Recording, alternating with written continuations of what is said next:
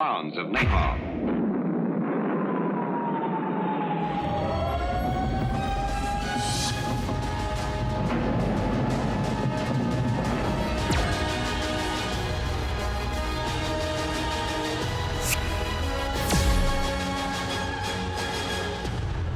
했을 때 적 군에 대한 전투병에 대해서는 민간인이 아닌 군에 대한 예. 그러나 무기에 대한 사용은 뭐 완전히 금지했다고 보기는 어려워요. 예. 이게 2차 대전 사에서는 굉장히 유명한 도시인데 왜냐하면 융단 폭격을 맞아서 그야말로 도시 전체가 뭐 무너졌다고 해도 과언이 아닌 요번에 1945년 2월 13일 미영 연합군이 영국의 랭커스터 폭격기 800대, 미국의 B-17 폭격기 300대가 총 3일에 걸쳐서 3일 밤낮을 7,100톤에 이르는 네이팜탄과 클러스터 폭탄을 쏟아 부은 거거든요. 카펫 바밍이라고 하는데 그야말로 이제 카펫 깔듯이 틈 없이 다 이제 쏟아 부었다는 의미에서 융단 폭격이고요. 2만 5천 명 이 정도로 얘기를 하고 있는데 독일에서는 근데 뭐 정확한 건 사실 알 수가 없고 어쨌든 도시의 90%가 이제 파괴된 그런 상황이었기 때문에 이게 이제 소위 그 소위탄 계통, 네이팜탄 이제 불을 내는 단어잖아요. 어떤 결과를 가져올 수 있나 뭐 이런 거를 보여주는 되게 끔찍한 사건이에요.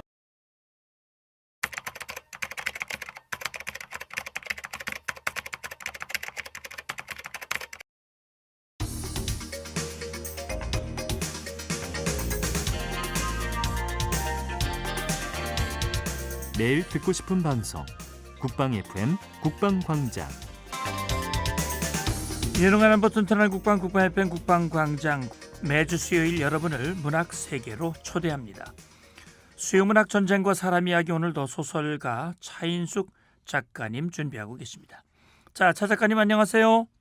네, 안녕하세요. 네, 깊어가는 가을 아침 이 시간 기다리는 분들이 많으십니다. 자, 오늘은 어떤 작품을 소개해 주실 겁니까? 네, 그 추석 연휴 끝자락이었던 지난 9월 15일은 인천 상륙 작전 69주년이 되는 날이었죠. 맞습니다. 네, 그래서 나라의 운명이 걸린 그 인천 상륙 작전을 앞두고 그 비밀리에 진행된 작전들이 있었는데요. 예. 제가 그 9월 첫 주에 그 수요문학의 그 기밀 작전이었던 장사 상륙 작전을 다룬 소설 그 살수아 정천강을 소개해드렸잖아요. 맞습니다. 그럼요. 네, 그래서 오늘 소개해드릴 작품도 그 인천 상륙 작전과 관련된 내용을 담고 있는데요. 예. 그 바로 김명희 소설가의 단편 소설 그 붉은 해변입니다. 예. 이 작품은 그 2018년 그 스토리텔링으로 쓰는 인천 그 문집에 발표됐는데요. 예. 그 우리가 알고 있는 그 인천 상륙 작전을 새로운 시각에서 다룬 작품으로 김명희 작가의 첫 번째 소설집인 붉은 해변 중에 그 표제작이기도 합니다. 아하. 네, 김명희 작가는 그 지난 3월에 그 단편 소설 마크리로 그 수요문학 코너에 소개되어서 우리하고는 구면인 작가인데 기억하시죠? 맞습니다. 그럼요. 이 마클이라고 하는 제목을 들으니까 더 선명하게 기억이 나는데요. 자, 그렇지만 이제 몇 개월이 지났기 때문에 우리 청취자 여러분들을 위해서 김명희 작가에 대한 소개를 잠깐 좀 해주실까요? 네, 그 소설가 김명희는 그 2006년 그 한라일보 신춘문예에 그 개성집이 당선되어서 등단했고요. 네. 그 2008년 그 시와 시야 시민상에 또 2011년에는 산림청 그 동화 공모전 대상을 받았습니다. 예. 그리고 2014년 제2회 그 직지소설 문학상 대상을 수상한 작가로 현재 시인 겸 소설가로 활약 중인데요. 예. 그 특히 우리나라 청소년에 관심이 많아서 이렇게 학교마다 찾아가는 그 청소년 언어 순화 캠페인 강연이 있거든요. 예. 네. 거기에서 매년 100여 명씩 청소년 문학 지도를 하는 작가입니다. 와, 말씀을 들어보니까 정말 왕성한 활동을 하고 계시는 것 같은데, 김명희 소설가의 작품 대부분이 외롭고 힘겹게 살아가는 서민들의 삶을 다루는 것이 특징인 것 같은데요. 오늘 소개해 주실 붉은 해변은 어떤 내용을 담고 있을지 궁금하군요. 네. 김명희 작가는 현재 인천에 살고 있습니다. 예. 근데 이제 월미도에서 어느 날 그 인천 상륙 작전과 연관된 그 월미도 주민들의 눈물을 보고 그 붉은 해변을 쓰게 되었다고 하는데요. 예. 그 단편 소설인 붉은 해변은 그 6.25 전쟁 당시 월미도에서 사흘간 벌어졌던 그 인천 상륙 작전이 배경입니다. 예. 그 당시 그 네잎 함탄이 그 사흘간 밤낮으로 쏟아졌던 그 붉은 월미도 해변을 상징해서 지은 제목이 붉은 해변이고요. 예. 이 소설은 이제 두 노인의 과거 기억 속으로 돌아갑니다. 네. 그러니까 지금으로부터 69년 전 7살 여자아이 덕자와 9살 남자아이 동만은 그 월미도에서 부모님과 함께 살고 있었는데 네. 그 인천 상륙 작전이 개시되기 전 사흘간 그 월미도에 살았던 두 아이의 눈에 담긴 그 월미도 상황을 그렸죠. 예. 그래서 이 작품은 그 역사적 관점과 6.25 전쟁사에서 인천 상륙 작전이 5,000분의 1이라는 놀라운 기적을 성공으로 이끌었던 건 분명하지만 네. 이제 진정한 성공은 그날 피해를 입은 월미도 주민들 수백여 명 희생자들의 보상이 끝나야 비로소 진짜 성공이라고 말하고 있는데요. 예. 이 대한민국이라는 나라의 존폐 위기에서 어쩔 수 없었던 인천 상륙 작전이었지만 다수의 안전과 국익을 위해 희생된 우리 이웃과 형제들은 아직도 고향 월미도로 돌아가지 못한 채 난민처럼 떠돌며 살고 있다는 것입니다. 예. 네, 그래서 그런 희생자들의 향이 켜켜이 쌓인 그곳인데 지금 이제 월미도는 화려한 관광지가 되어 있거든요. 그렇죠. 그래서 월미도를 찾는 외지인들은 이제 그곳에서 오래전에 희생된 채 무덤도 없이 구천을 떠돌고 있는 그 수백여 명의 그 희생을 조금이라도 기억이나 할까냐며 그 작가는 소설에서 묻고 있습니다. 그렇군요. 종전 이후에 세상은 눈부시게 변했지만 아직도 집으로 돌아오지 못하고 있는 그들의 빛빛 외침이 붉은 해변 속에서는 어떻게 펼쳐지는지 궁금한데요. 아직 이 작품을 읽어보지 못한 분을 위해서 줄거리를 좀 들려주실까요? 네, 때는 이제 1950년 낙동강 전투 막바지였던 9월 초이고요. 유엔군 사령관 메가더 원수는 6.25 전쟁에서 인천 상륙 작전을 구상합니다. 이제 아군의 안전한 월미도 상륙을 위해서 사흘 전부터 월미도에 섭씨 3,000도의 네잎 함탄을 퍼붓기 시작한 거죠. 예. 당시 월미도의 주둔에 있을 그 잔류 적군 세력을 초토화해야만 그 작전을 성공할 수 있었기 때문인데요. 네. 이제 그 과정에서 월미도 주민들이 함께 희생됩니다. 네. 이제 그 속에 어린 여자아이 덕자와 동만이라는 어린 남자아이도 온몸에 이제 끔찍한 화상을 당하고 평생을 괴물 같은 이제 몰골로 살아가는데 네. 더구나 그 이후 살아남은 원주민들은 작전에 이제 방해된다는 이유로 선 밖으로 추방까지 당합니다. 예. 결국 이제 인천 상륙 작전은 대성공을 거두게 되고 그렇게 전쟁이 끝나고 68년이 지난 작년까지 그들은 이제 눈앞에 고향을 두고도 돌아가지 못하고 난민처럼 떠돌면서 사는데요. 네. 이제는 늙고 병만 남은 덕자와 그녀의 딸 진숙의 꿈에 자꾸만 오래전에 불타 죽은 어린 외삼촌이 나타나서 온몸이 뜨겁고 갈 곳이 없다며 문 밖에서 웁니다. 예, 그 악몽이 잦아질수록 덕자와 딸 진숙은 너무 괴롭죠. 네. 결국 진숙은 점집 서보사를 찾아가게 되고 그곳에서 오래전에 인천 상륙 작전 때 죽은 어린 외삼촌을 위한 영혼 결혼식 상대를 찾게 됩니다. 예. 그래서 이제 죽은 외삼촌 기일이 다가오면서 영혼 결혼식 날짜도 잡혀서 이제 이렇게 굿땅에서 어린 외삼촌 영혼 결혼식을 치르게 되는데요. 네. 근데 그때 알 수 없는 힘에 의해서 진숙과 젊은 무당이 쓰러지고요. 그 혼절한 진숙의 무의식 속으로 어린 외삼촌이 찾아옵니다. 예. 진숙은 그 어린 외삼촌 영혼이 보여주는 환영을 보게 되는데요. 네. 인천 상륙 작전 때 얼마나 끔찍하고 무서운 네잎 함탄 불비가 월미도 상공에서 사흘 밤낮 쏟아졌는지 생생히 보게 되죠. 예. 그리고 그 당시 살아남은 이들은 강제로 선 밖으로 추방된 후 지금은 눈부신 선진국이 되었음에도 피해자와 유가족들에게 실질적인 보상 성격의 고향 이주 정책도 없었고 대신 그들의 고향인 월미도에는 대부분 외지인들이 들어와서 관광업을 하고 소득을 올리고 있는 현실을 보여줍니다. 예. 그래서 난민 아닌 난민이 된 실향민들은 이 같은 답답함을 10년째 호소하지만 모두의 관심 밖에서 메아리치다 흩어질 뿐이었습니다. 그렇군요. 자, 저 역시도 이런 작품의 소개 시간이 없었다면 월미도에 이런 아물지 않은 상처가 있었다는 사실 전혀 아마 생각하지 못했을 것 같습니다. 다시는 이 땅에서 이런 전쟁이 재발돼서는 안 된다는 생각을 갖게 하는데요. 다행히도 김명희 작가가 이 소설을 발표한 후에 의미 있는 일이 좀 있었다고요? 네, 그렇습니다. 그동안 10년이 넘도록 그 월미도 피해 유가족들이 정부의 보상을 요구하고 고향인 월미도 섬으로 돌아갈 수 있게 해달라고 청원을 했었다는데요. 네. 그런데 그것이 잘 받아들여지지 않았다고 합니다. 예. 근데 우연인지 필연인지 모르겠지만 이 붉은 해변 소설이 발표된 그 다음 해에 그 월미도 주민들 피해 보상 특별법이 제정되었고요. 예. 그래서 이런 점에서 인천에 사는 김명희 작가는 누구보다 기뻐했고 또 문학인으로서 역할을 다해서 뿌듯했다고 합니다. 예. 네, 비록 그 당시로는 나라의 존폐가 달린 다급한 문제였으니 어쩔 수 없는 희생이었습니다만 이제는 국가가 그들의 눈물을 돌아봐야 한다고 작가가 말하고 있었던 거죠. 예. 그 덕분에 이제 유가족들의 보상과 함께 잃었던 고향 이주 문제가 잘 해결된 데 대해서 참 다행이라는 생각이 그러네요. 들었습니다. 자, 이제라도 우리 모두 적극 나서서 그런 뜻깊은 순간들이 앞당겨지도록 노력을 해야 된다는 생각이 듭니다.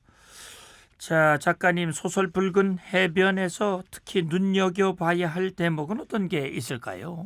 네, 인천 상륙작전은 절체절명 중에 이뤄낸 기적이었고 대성공 분명히 맞습니다. 예. 그 덕분에 우리나라가 위기에서 재도약하는 기회가 된 것도 맞고요. 네. 그러나 그 성공의 이면에는 서피의 3,000도의 내입 함탄에 이제 지글지글 끓고 녹아 없어진 대한민국 아버지 어머니들의 얼굴과 내 이웃과 형제들의 익어 떨어져 나간 팔다리가 꿈틀거립니다. 예. 그 통증과 악몽에 대한 위로나 치료가 아쉽다는 것이죠. 그런 네. 그 악몽과 저주의 불길은 오늘 우리가 방심하는 순간 또다시 벌어질 수 있다고 김명희 작가는 말하고 있는데요. 예.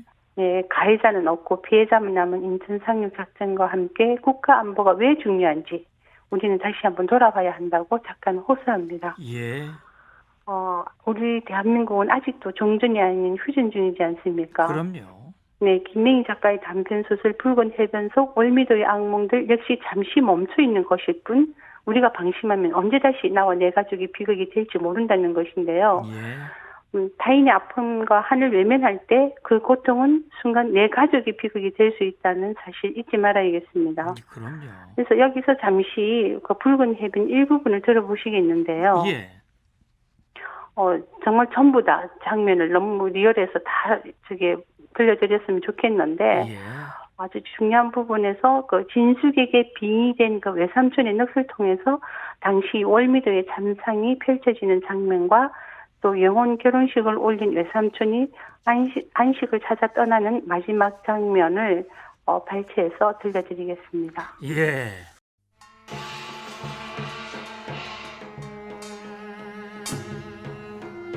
진숙의 눈이 술에 취한 듯 하늘을 보며 뭔가를 손짓했다. 잔영은 아내 눈이 향한 곳을 올려다봤지만 캄캄한 어둠뿐이었다. 북을 치느라 온몸이 땀에 젖은 서보살이 진숙을 향해 외쳤다. 그래, 잘 왔어요. 말해요. 이렇게 망자가 어렵게 오셨으니 시원하게 할 말 다 하세요.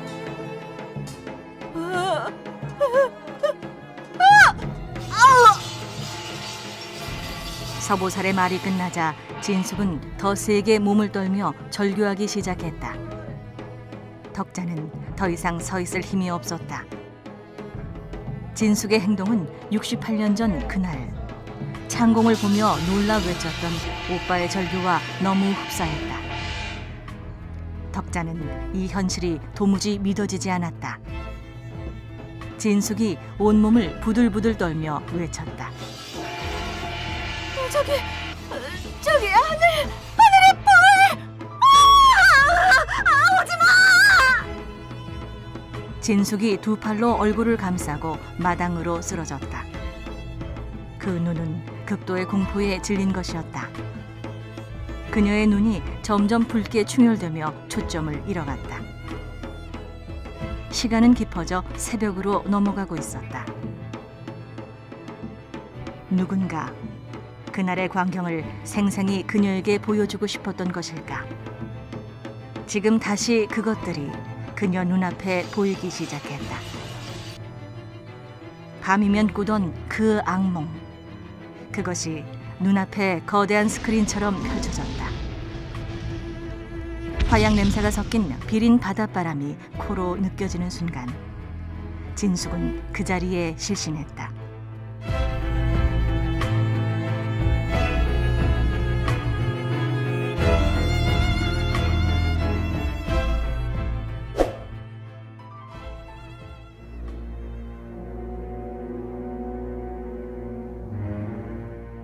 1950년 9월 10일 새벽 1시 월미도. 이미 낙동강까지 뺏겼다는 소문이 월미도에 자자했다. 비난을 떠나지 못한 사람들은 불안에 떨며 얼기설기 지은 판잣집에서 밤을 맞았다. 인천 상륙작전을 나흘 앞둔 그 시각, 메가더가 사령관인 유엔 본부에서 극비로 엑스레이 작전이 시작됐다. 해병 전투비행대대 소속 폭격기들이 긴급히 어딘가로 날아올랐다. 같은 날 밤 12살 덕영과 9살 덕자는 부모님과 함께 판잣집에서 잠이 들었다. 꿈결에 굉음이 잠시 들리는 듯 하더니 이내 고요했다. 덕자는 오줌이 마려웠다. 엄마, 나 오줌. 폭격기들은 일제히 고도를 낮추고 월미도 상공으로 진입했다. 엄마, 오줌 마려워. 9살 덕자가 바지를 쥐고 어둠 속에서 엄마를 흔들어 깨웠다. 새벽 미명에 폭격기들은 하늘을 이동하는 철새무리처럼 보였다. 잠시 후 불로 된 무수한 빗줄기가 작은 섬마을을 향해 쏟아져 내렸다. 깊은 잠에서 깬 엄마는 앉아 졸고 있는 덕자를 안아서 요강에 앉혔다. 폭격은 섬 동쪽부터 시작됐다. 요강에 앉힌 덕자를 반쯤 품에 안고 엄마는 곁에 앉아 꾸벅꾸벅 졸았다. 어렴풋이 들려오는 괴상한 소리에 엄마는 덕자를 자리에 눕히고 밖을 내다봤다. 월미도 바닷바람이 집 안으로 훅 들어왔다. 저 멀리 월미도 방파대 쪽이 대나처럼 환했고 사람들이 허둥지둥 달아났다. 저기다 뭐야? 거적대기를 들추고 밖을 내다보던 덕자 엄마는 순간 말문이 막혔다. 여보, 덕영 아버지! 멀리서 몸에 불이 붙어 절규하는 사람들은 불새들이 춤추는 것 같았다.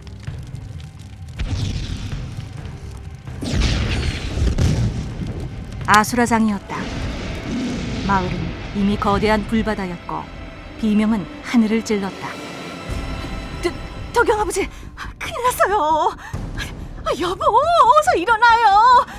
덕영 아버지! 난생 처음 보는 지옥이 눈앞에 펼쳐지고 있었다. 아주 작은 아이에서부터 노인에 이르기까지 무차별 사격이 퍼부어졌다. 덕영 아버지! 수십 발의 레이팜탄 투하와 함께 불비로 쓸어내듯 기관총이 난사됐다. 폭격기는 저공 비행으로 덕자네 가족이 잠든 작은 판잣집을 향해 다가왔다. 여보, 덕영아, 덕자야, 어서 일어나, 빨리! 엄마의 간절한 외침보다 불을 뿜는 검은 독수리떼가 지붕 위에 먼저 도착했다. 피하기엔 너무 늦었다. 허공에서 터진 레이팜탄은 판잣집을 삽시간에 태웠고 젤리처럼 끈적이는 불은 이불과 사람 몸에 함께 들러붙어 지글지글 끓었다. 섭씨 3,000도 불비가 쏟아져 내리던 월미도 밤이었다. 집들은 얇은 한지처럼 순식간에 잿더미가 되었다. 악마의 입처럼 검게 일그러진 출입구들. 크거나 작은 불기둥이 비명을 지르며 집 밖으로 달려나왔다. 불은 한 번 물면 놓아줄 줄 모르는 독사처럼 사람들을 친친 휘감고 있었다. 동만의 집도 그 옆집도 또 그 옆집도 사정은 마찬가지였다. 네이팜탄은 가족과 가족들에게 가장 악마 같은 성능을 갖는 저주의 불이었다. 가족과 자식 몸에 불이 붙어 고통스러워하는 것을 지켜볼 수 없었던 가족들에게 전염병처럼 불이 옮겨붙어 함께 부둥켜 안고 타 죽었다. 젤리처럼 몸에 붙으면 떨어지지 않는 그 귀신불로 삽시간에 피부가 검게 익고 용암처럼 피부 속 지방층이 지글지글 끓었다. 이 악마의 불이 적군도 아닌 아군에 의해서 월미도에 쏟아졌다.